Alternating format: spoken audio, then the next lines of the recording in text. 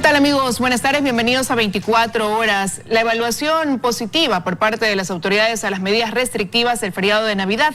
Según el COE Nacional, las aglomeraciones a escala nacional se redujeron del 300 al 13%. Hola, María Gracia, ¿cómo estás? Buenas tardes. ¿Qué tal? ¿Cómo estás, Liz? Amigos, muy buenas tardes. Además, al menos 700.000 personas dejaron de viajar en transporte interprovincial. Las autoridades aseguran que las medidas dieron resultado, por lo que se mantendrán hasta el 3 de enero. Aquí empezamos. Las aglomeraciones que se evidenciaron durante los fines de semana anteriores a la Navidad se redujeron drásticamente. Y por la cantidad de personas que no usó el transporte interprovincial, con relación al número de personas que se movilizó en la Navidad anterior, las autoridades aseguran que las medidas de restricción adoptadas bajo el decreto de excepción fueron efectivas. Hemos evitado que se movilicen por el país 760.049 personas. Para nosotros la cena de Navidad era un alto potencial de riesgo y hemos conseguido el objetivo de que no hayamos tenido las reuniones sociales con familia ampliada, con amigos, con vecinos, con compañeros de trabajo, y eso a nivel nacional. El ministro de Salud dijo que el porcentaje de ocupación de camas UCI y de hospitalización en el país sigue alto, pero se mantiene estable. Es decir, que no se observa un crecimiento después de las fiestas de Navidad, aunque eso se podrá evidenciar de manera objetiva recién en 2 semanas, dijo. Tenemos un promedio de ocupación del 95%. En realidad ha subido un porcentaje mínimo del 92% que teníamos de ocupación de camas UCIs en Pichincha hasta un 97% el día 25.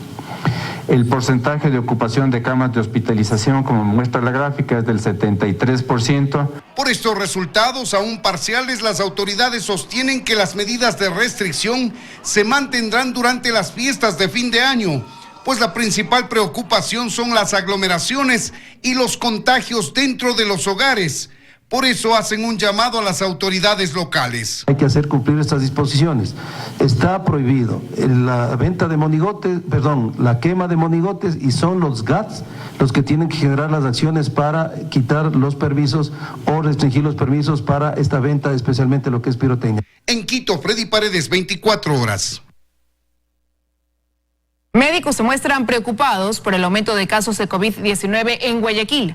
Exhortan a la ciudadanía a no relajarse, pues las unidades de cuidados intensivos de clínicas privadas y hospitales del IES han vuelto a llenarse en las últimas semanas. Ya no queda disponible ninguna de las 25 camas existentes en la unidad de cuidados intensivos del hospital del IES Teodoro Maldonado Carbo, mientras que en Ceibos apenas queda una. Otras 40 están ocupadas. Es la información con la que despertó Guayaquil este lunes 28 de diciembre. Lo informó la entidad a través de su cuenta de Twitter. En las clínicas y hospitales privados el tema no es muy diferente. Así lo cuentan John Cuenca y Alberto Campodónico, ambos médicos intensivistas. Cuidados intensivos está un 90, casi 100% de ocupación.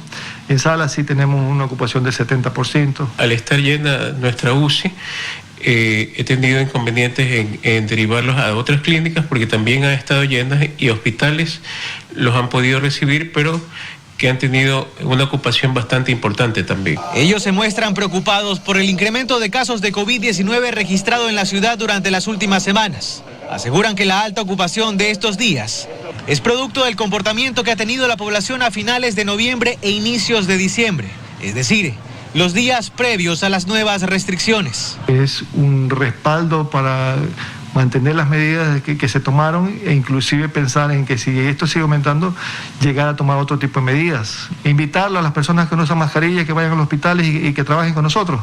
Campodónico agrega que muchos de los pacientes que ha recibido en estos días entran directamente a cuidados intensivos, producto de fallidos intentos por curarse en casa. Y el hecho de tratarse en casa con oxígeno o con otra medicación le da una falsa sensación de mejoría y el paciente realmente se complica.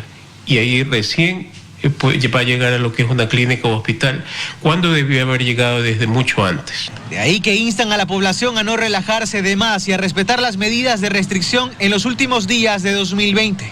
En 2021 dicen la vacuna continuará generando grandes expectativas, pero coinciden que no resolverá la crisis de inmediato, por lo que, aseguran, aún hay que ser pacientes y seguirse cuidando. En Guayaquil, Carlos Acoto, 24 horas. El gobierno nacional aún no responde al pedido de la alcaldesa de Guayaquil de impedir el ingreso al país de viajeros que vengan de Reino Unido. El COE nacional actualizó los protocolos que se aplican en los aeropuertos internacionales. Nos informa Luisa María Heredia. El Comité de Operaciones de Emergencia Nacional hizo una actualización de los protocolos de bioseguridad que desde la declaratoria del estado de excepción se aplica en los aeropuertos internacionales de Quito y Guayaquil. Ese día el gobierno dispuso que todos los pasajeros que arriben a Ecuador desde Reino Unido, Australia, Sudáfrica y países de la Unión Europea presenten una prueba PCR con resultado negativo tomada máximo 10 días antes del viaje y que se les aplique una prueba de antígeno antes de que salgan de la terminal aérea. Incluso se determinó que tendrían que cumplir un periodo de aislamiento preventivo obligatorio de entre 5 y 10 días. Todo esto tras la detección de una nueva variante del coronavirus en Reino Unido que tendría un elevado grado de transmisibilidad. Pero ahora el COE nacional dispuso que quien presente una PCR negativa no tendrá que cumplir con el aislamiento y que las pruebas de antígeno se harán de manera aleatoria por parte del personal del Ministerio de Salud Pública que permanece al interior de los aeropuertos. Incluso a menores de 14 años y a la tripulación de los aviones no se les realizará la prueba. Esto pese al pedido que formalmente hizo la alcaldesa de Guayaquil, Cintia Viteri, al presidente de la República, Lenín Moreno, de impedir el ingreso al país y sobre todo a Guayaquil de viajeros que hayan estado en los últimos 10 días en Reino Unido. Una medida que solicitó se aplique por lo menos hasta el 15 de enero de 2021 debido al aumento de casos positivos en la ciudad y la aparición de la nueva cepa. Hasta ahora no hay una respuesta directa a esta solicitud. Y entre lunes y martes solo en el aeropuerto José Joaquín de Olmedo de Guayaquil se tiene previsto el arribo de 26 vuelos internacionales. 2 llegan directamente desde Ámsterdam y 1 desde Madrid. El ministro de Salud informó que el Ecuador participará por primera vez en la fase experimental de una vacuna contra el COVID-19. Se trata de la solicitud de una farmacéutica china que enviará al país en enero un contingente de 5.000 a 8.000 vacunas experimentales para administrarla a voluntarios ecuatorianos. Hemos recibido una propuesta para que una vacuna china, no la Sinovac, sea utilizada acá a nivel del país para voluntarios que quieran participar en la fase 3 y esto me parece a mí interesante, es voluntario el asunto, son entre 5 y 8.000 dosis que nos permitirá valorar si es que los virus circulantes entre nosotros, los 25 que han sido identificados y que son únicos del Ecuador, están protegidos por la vacuna en esta fase experimental. Con más noticias, 23 postulantes rinden la prueba práctica para alcanzar el cargo de jueces de la Corte Nacional de Justicia. Aunque se estima que el 6 de febrero se designen a los ganadores, el Consejo de la Judicatura podría declarar desierta una parte del concurso. Luego de 5 meses, el concurso para la selección y designación de los 16 jueces que integrarán el máximo Tribunal de Justicia entra a su recta final. Este lunes 28 de diciembre arrancó la prueba práctica con la que los 23 postulantes que han logrado llegar hasta esta etapa demostrarán la aplicación de conocimientos en el área a la que postulan. Más allá de las voces que desde ciertos sectores políticos o gremiales quieren empañar este concurso, nuestro compromiso constitucional, garantizar que solo las y los mejores profesionales del país se integren a la más alta instancia de justicia del Ecuador. Cada postulante deberá analizar y exponer 2 casos prácticos por 1 hora. El puntaje es sobre 40 puntos. Con ello podrán completar el mínimo de 80 puntos para aspirar al cargo. El día de hoy, sin duda alguna, deben triunfar los mejores postulantes por el bien del país. Para que los concursantes que lleguen a esos cargos denoten capacidad, honestidad y sobre todo conocimiento en la materia. En un inicio fueron 115 los aspirantes. Luego de la fase de méritos y oposición y de la prueba teórica, el grupo se redujo a 23. Frente a la posibilidad de que estos magistrados no lleguen a cubrir el banco de elegibles requerido, el Consejo de la Judicatura ya baraja algunas opciones. Pues el Pleno podría resolver, declarar desierto parcialmente el concurso, si hubiese o convocar a un nuevo concurso. Sin embargo, se estima que la designación de los magistrados se cumpla el próximo 6 de febrero. En Quito, Daniela Valencia, 24 horas. La Fiscalía avanza en la investigación del cobro fraudulento de bonos de desarrollo humano por parte de un grupo de personas que accedieron ilegalmente al sistema y en varios años se beneficiaron de millones de dólares. Los involucrados en este caso serán procesados por lavado de activos. La Fiscalía trabaja en el cruce de información de varias entidades para determinar el monto real del dinero que no llegó a los beneficiarios, sino a las cuentas personales de los miembros de esta organización delictiva. Las reservas internacionales de Ecuador alcanzaron un récord histórico de 7.377 millones de dólares. Este monto se trata del mayor nivel alcanzado en los últimos 20 años desde que se inició la dolarización en el país, lo cual contribuye a garantizar los depósitos de los ciudadanos, de los agentes públicos y privados, así como los recursos para la gestión y ejecución de obras de los diferentes niveles de gobierno. Hasta el 22 de diciembre, las reservas se habían ubicado en 5.347 millones de dólares antes de que el país recibiera el segundo desembolso del Fondo Monetario Internacional. Sin listas definidas ni certezas, este jueves arranca la campaña electoral en el país. El Consejo Nacional Electoral todavía tiene temas pendientes y debe responder a la última sentencia del Tribunal Contencioso Electoral.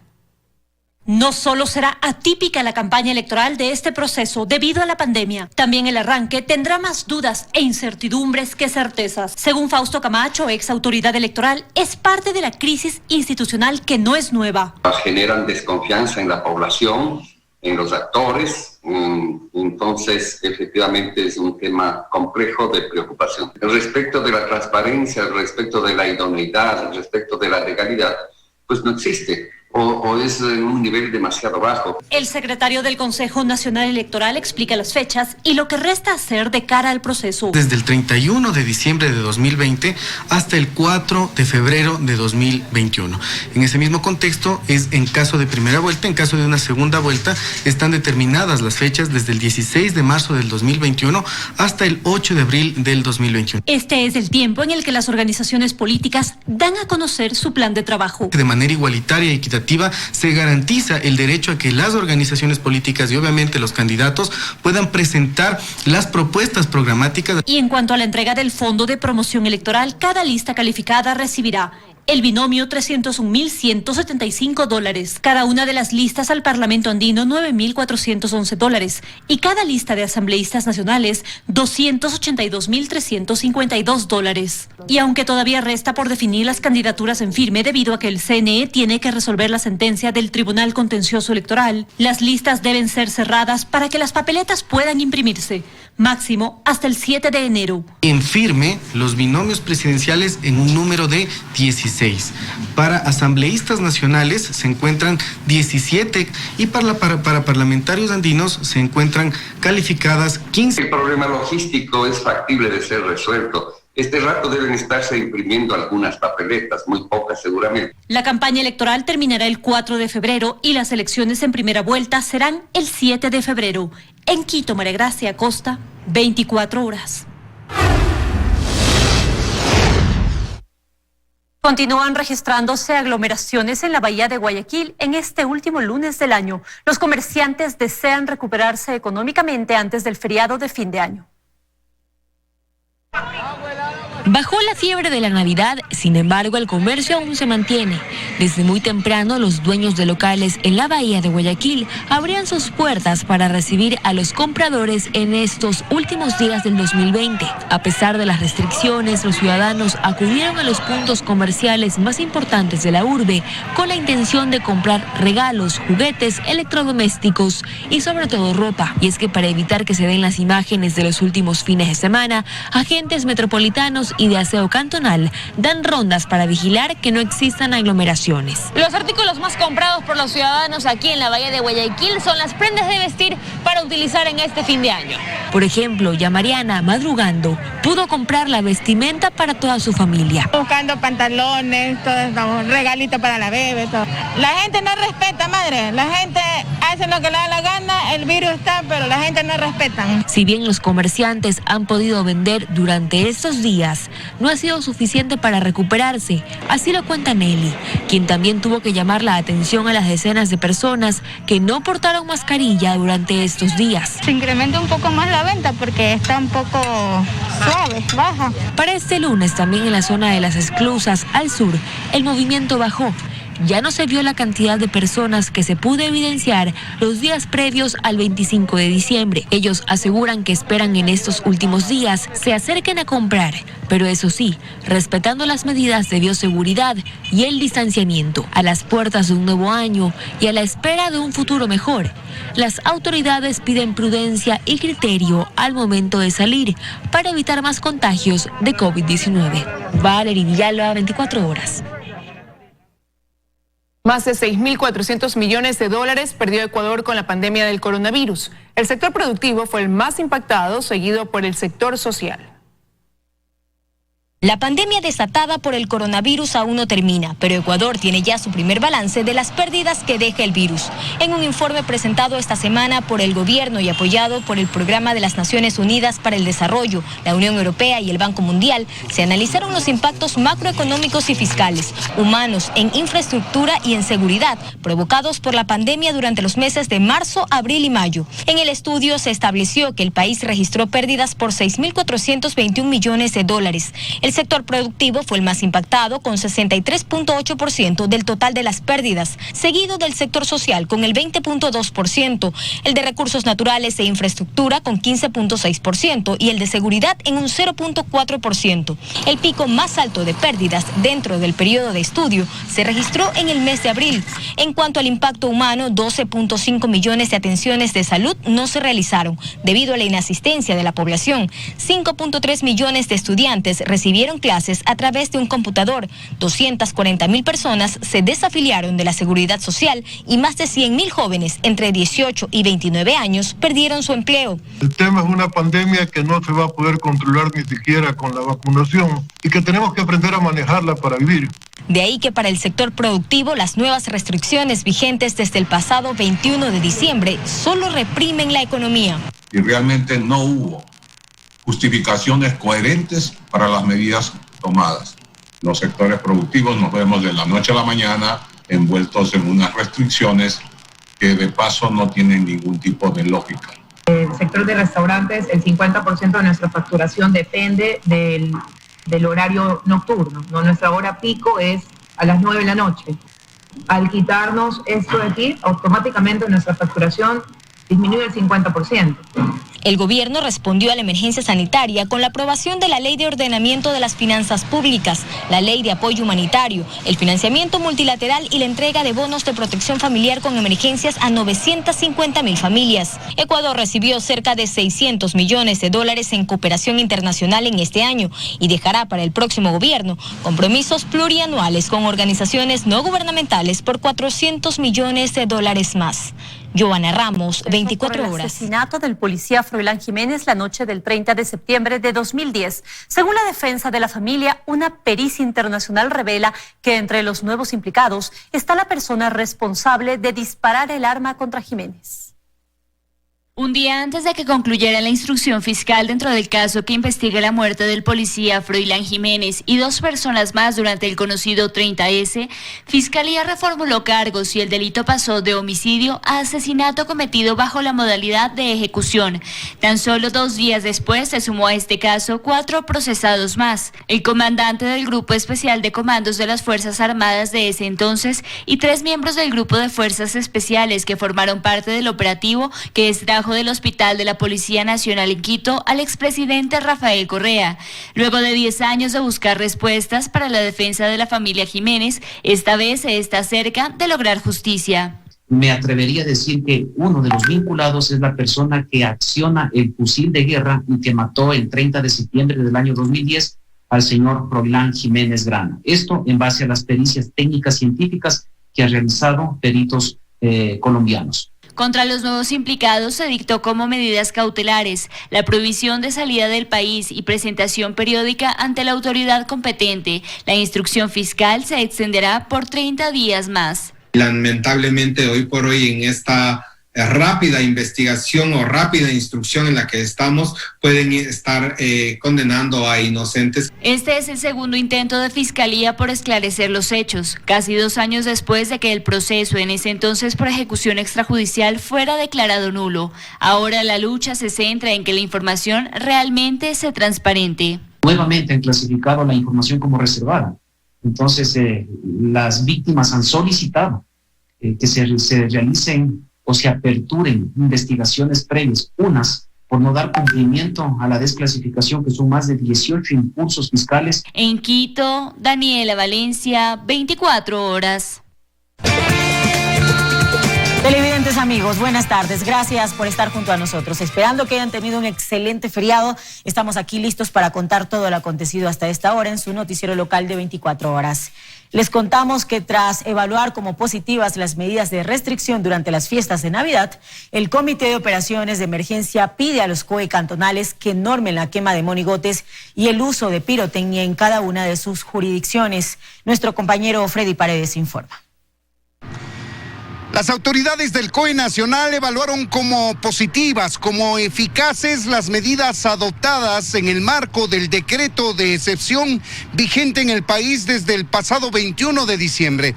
Ahora sostienen que el énfasis deben poner los COEs cantonales, especialmente normando la venta y quema de monigotes, así como el uso de la pirotecnia. Está prohibido la venta de monigotes, la quema de monigotes, y son los GATS los que tienen que generar las acciones para quitar los permisos o restringir los permisos para esta venta, especialmente lo que es pirotecnia. Ya Quito dio ese ejemplo, esperemos a nivel nacional. Según las autoridades, las provincias que reportan mayor número de aglomeraciones son Pichincha, Guayas y Santa Elena, y hacen un llamado a las autoridades locales de estas provincias y de los cantones correspondientes para normar y evitar los focos de aglomeraciones. Estamos enfrentando una crisis sanitaria, una pandemia, y queremos la prohibición de quema. Tiene estos dos sentidos: evitar riesgos, pero sobre todo evitar aglomeraciones y los contactos que por lo general hacemos en las urbanizaciones, en los barrios, en la familia ampliada. Ese tiene el sentido. En cuanto a la utilización de camas en unidad de cuidados intensivos y en hospitalización, la provincia de Pichincha y Quito particularmente sigue siendo la que tiene más al límite estas unidades.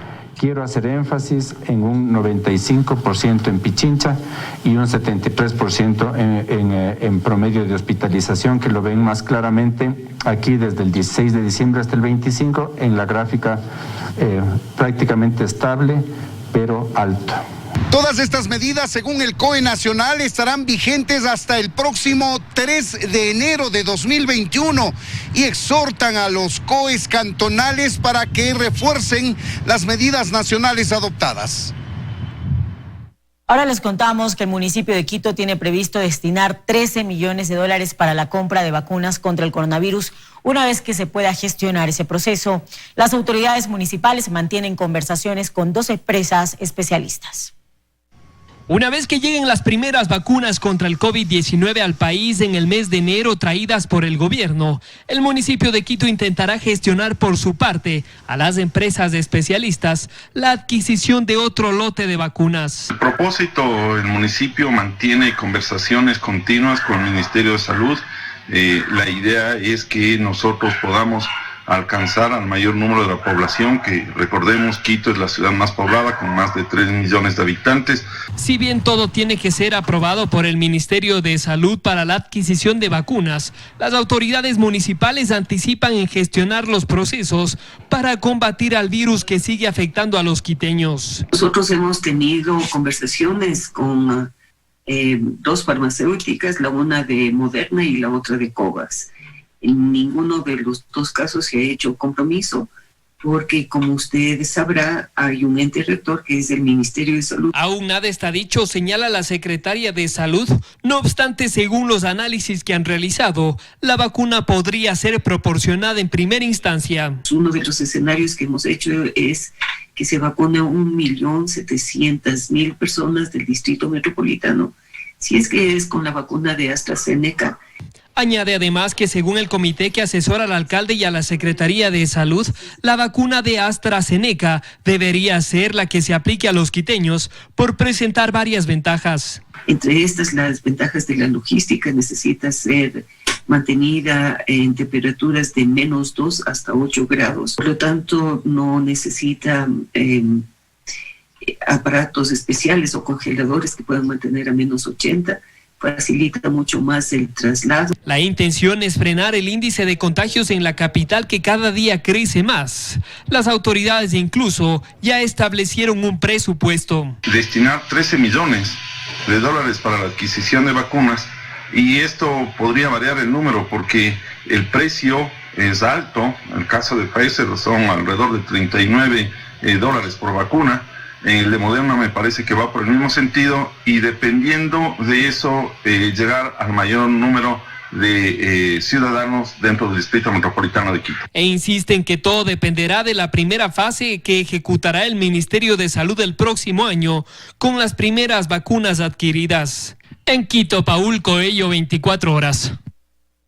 El retorno a clases motiva a los docentes, pues la nueva modalidad de enseñanza representó un reto para ellos, ya que tuvieron que modificar sus métodos de enseñanza.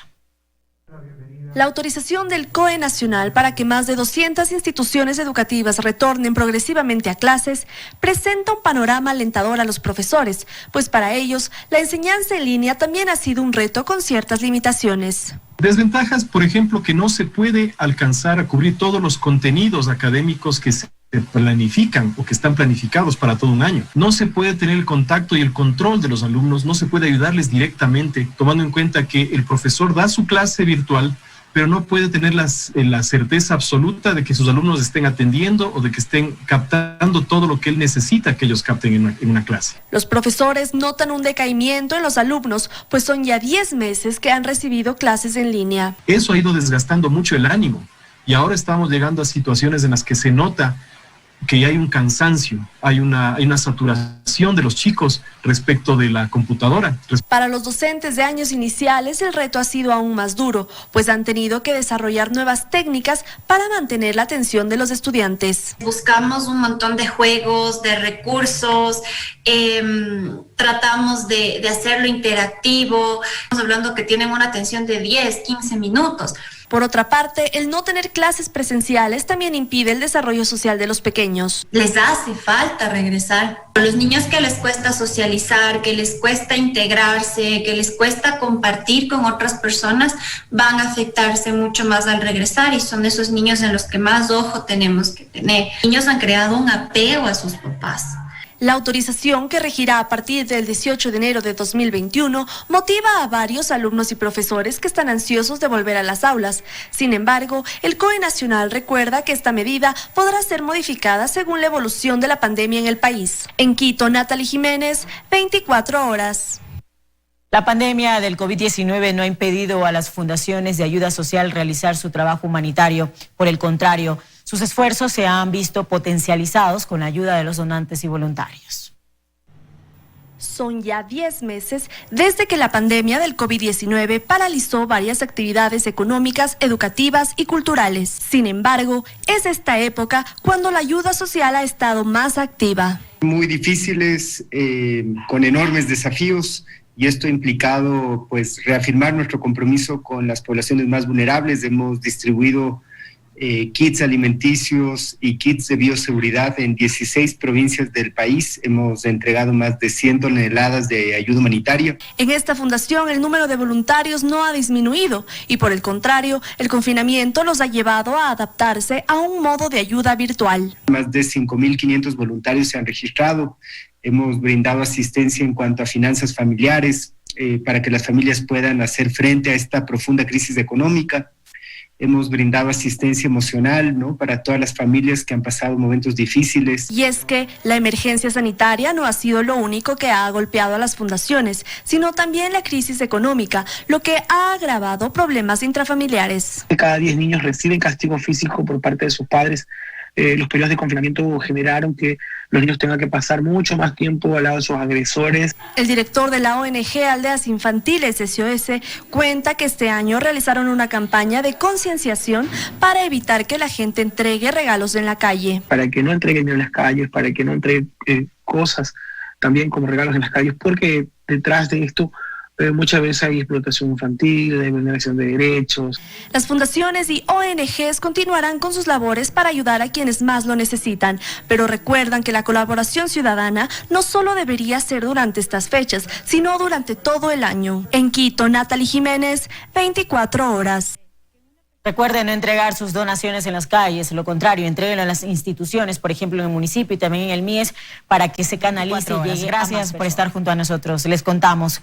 Los operativos realizados durante el feriado de la Navidad logró recuperar más de 60 artículos robados y la desarticulación de una banda de delincuentes que operaba en el Comité del Pueblo. También 546 personas que libaban en el espacio público fueron retiradas. 4 personas fueron detenidas por la Policía Nacional en el sector del Comité del Pueblo en el norte de Quito por el porte ilegal de armas. Al parecer, horas antes de la detención dispararon a un ciudadano. Que de estos 4 detenidos, 3 presentan o registran antecedentes policiales. Se encontraba una persona herida también en el sector y al parecer fue víctima de disparos por parte de algunos de los ciudadanos que estaba a bordo de este vehículo. Los delincuentes se trasladaban a bordo de un carro que ya se investiga si está reportado como robado.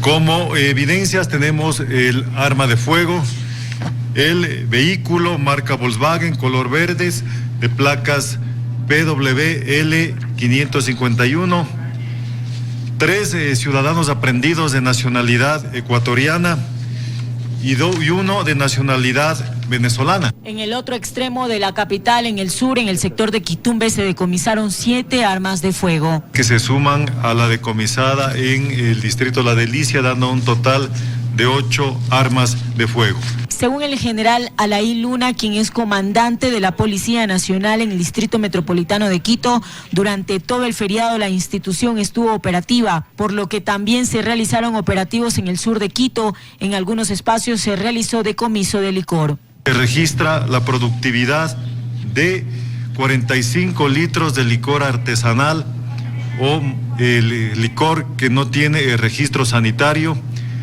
decomiso de 69 armas blancas, varios accesorios de vehículo, 69 paquetes de sustancias sujetas a fiscalización. Estas operaciones también dejaron el decomiso de drogas, la detención de 4 personas por violencia intrafamiliar, la recuperación de 96 artículos robados y el retiro de 359 personas que libaban en el espacio público. Helen Quiñones, 24 horas. Amigos, ya escucharon, la policía realizó la recuperación de algunos artículos robados. Si usted fue víctima de la delincuencia en los últimos días en el sur de Quito, acérquese hasta la policía en Quitumbe para que identifique algunos de estos artículos, de pronto le pertenecen. Ahora les contamos que también la Policía Nacional incrementa los controles en los pasos alternos de la frontera que comunican con Colombia en la provincia de Carchi. El propósito es evitar la circulación de personas y vehículos de manera ilegal y respetando el estado de emergencia. Nuestro compañero Jairo Jacome nos cuenta más acerca de estos controles que realizan los uniformados. Jairo, buenas tardes, ¿cómo estás?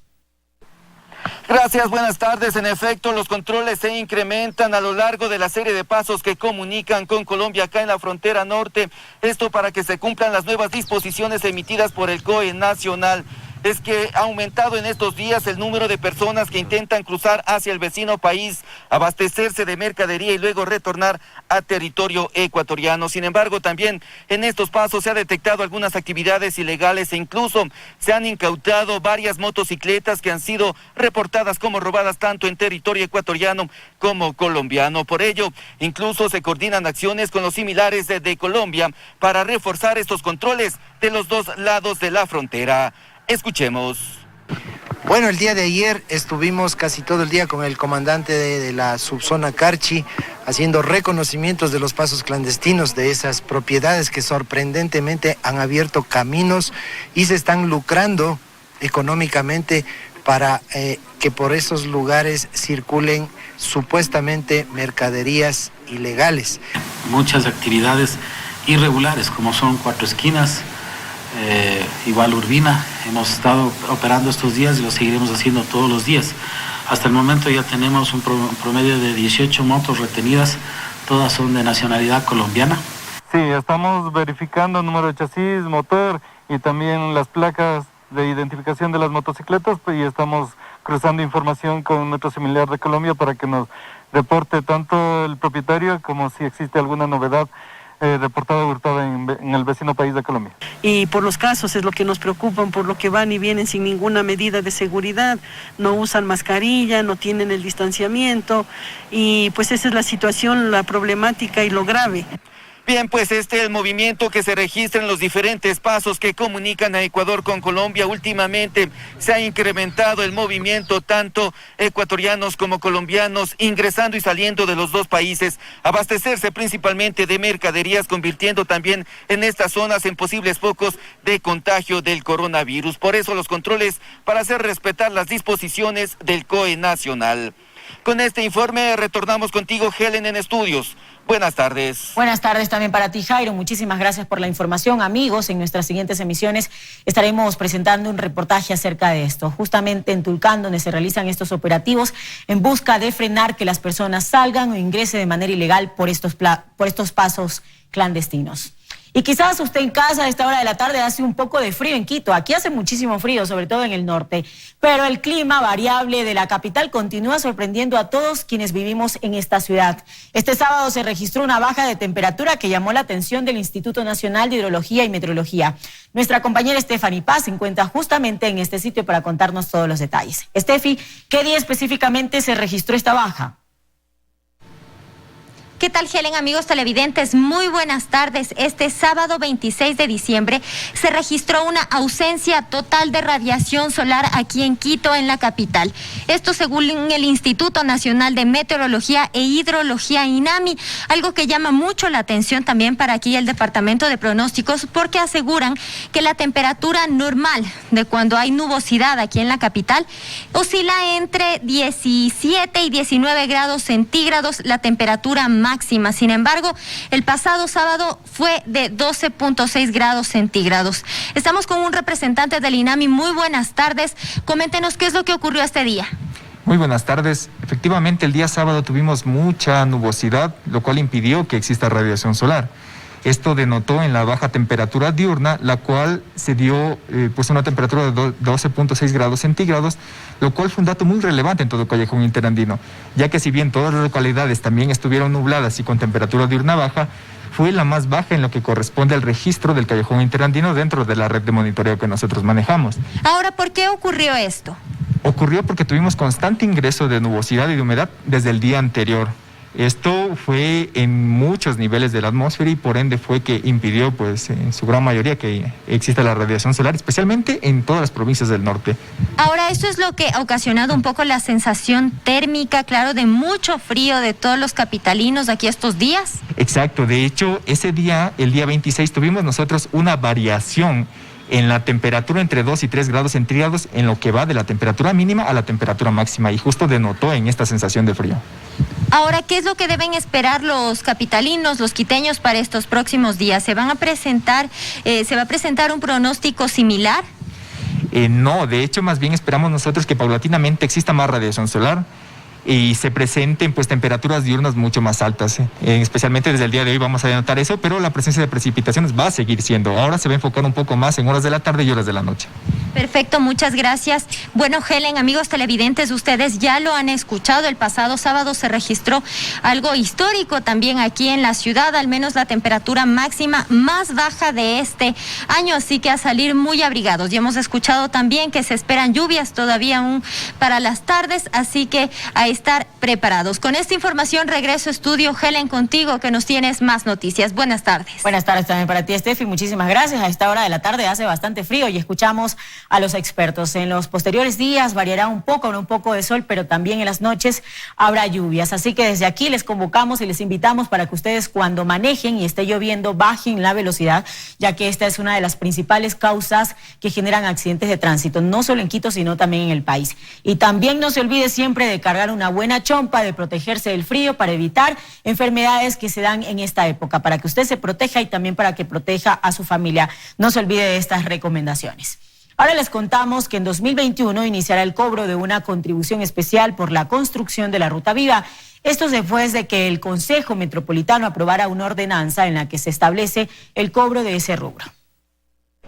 En el impuesto predial se incluirá desde enero de 2021 el valor para recuperar lo invertido en la construcción de la Ruta Viva, vía que inicia en la avenida Simón Bolívar y llega hasta Puembo. Todas estas obras grandes son hechas a través de créditos de la banca multilateral. Es decir, esta recuperación de la SEM nos va a servir para cumplir con los pagos a los créditos que tiene el municipio por la construcción de esta vía. En el 2018 ya se cobró a través de contribución especial por mejoras el 5% del costo de la obra. Sin embargo, según la empresa metropolitana de movilidad y obras públicas, aún falta mucho por recuperar. 261.990 millones por recuperar en un plazo de 15 años. Inicialmente la ordenanza aprobada por la administración anterior establecía que la inversión se recupere de los ingresos que genere el peaje que se tenía previsto construir en esta vía. Sin embargo, el Consejo Metropolitano actual debió reformarla porque esta opción no era viable. A través del peaje no podemos recuperar o no podemos cobrar para recuperar la inversión. En el peaje solo podemos cobrar peaje para el mantenimiento de la vía. Esto no quiere decir que el peaje no se vaya a construir, según el concejal Omar Ceballos, quien asegura que el Consejo deberá aprobar una ordenanza el próximo año para autorizar su construcción. Probablemente en el primer trimestre del próximo año nos manden cuál sería el modelo económico para el tema del peaje y podría estar efectivo el peaje tal vez a fines del año 2021. Según una simulación realizada por la EMOP, el costo que deberá pagar cada dueño de predio en Quito por la construcción de la Ruta Viva será de alrededor de 18 centavos por cada $1,000 de avalúo. En Quito, Estefanía Paz, amigos, gracias por informarse junto a nosotros. 150 adultos mayores de escasos recursos económicos recibieron regalos navideños. Habitantes del centro histórico de la capital vieron en la pandemia una oportunidad para tender la mano a los más necesitados. Muchos de ellos viven solos. No cuentan con los recursos necesarios para sus propios cuidados. Pasan la mayor parte del día a la intemperie, bajo los intensos rayos del sol o la inclemente lluvia, muchos días incluso sin comer. Sin embargo, una mano amiga les tiende la mano. Dios le pague, Dios le pague. Yo soy viuda, entonces yo vivo sola ahí. Mediante autogestión, un grupo de residentes del centro histórico de Quito, dueños de restaurantes y hoteles, reúnen fondos y donaciones para que por lo menos una vez por semana se le pueda garantizar a estos 150 abuelitos un plato de comida. Esta vez por Navidad sus rostros se iluminaron con una sonrisa, pues recibieron algunos obsequios. Han sido apoyos de muchos amigos de todo lado. Nos han dado paraguas, nos han dado unos tomatodos, bolsitas de caramelos, los panetones y 7 campanarios nos obsequió 120 cafés. Este proyecto inició con el objetivo de aliviar el hambre que creció en el sector, pues muchas de estas personas recibían alimentos de los restaurantes que cerraron a raíz de la pandemia. Aunque la situación es compleja para todos, este grupo de voluntarios busca la forma de ayudar. Entonces dijimos, hagamos cuota y cocinemos para entregarles a los viejitos que de verdad pasaban mucha hambre. Les entregamos un ticket y les entregamos hasta el número que tenemos para dar. Dios le paga, agradezco cuánto. Sí, como una nietita vivo yo. Pago arriendo. Así salgo a pedir caridad y regalan ropita para mi nietita. Tengo 74 años. Yo reciclo cartón, o sea, todo de lo que es de reciclar. Eso, reciclo, no tengo más quien me dé más nada. Ya son 26 los domingos consecutivos en los que se les brinda alimento. Ya no es necesario convocarlos, pues confían que el último día de la semana, a un costado de la Plaza Grande, un plato de comida preparado con todo el amor del mundo los está esperando. En Quito, Daniela Valencia, 24 horas. Lía, María, Victoria y Julián fueron los primeros bebés nacidos en Guayaquil en Nochebuena. Curiosamente, los partos estaban previstos para el día lunes, pero se adelantaron.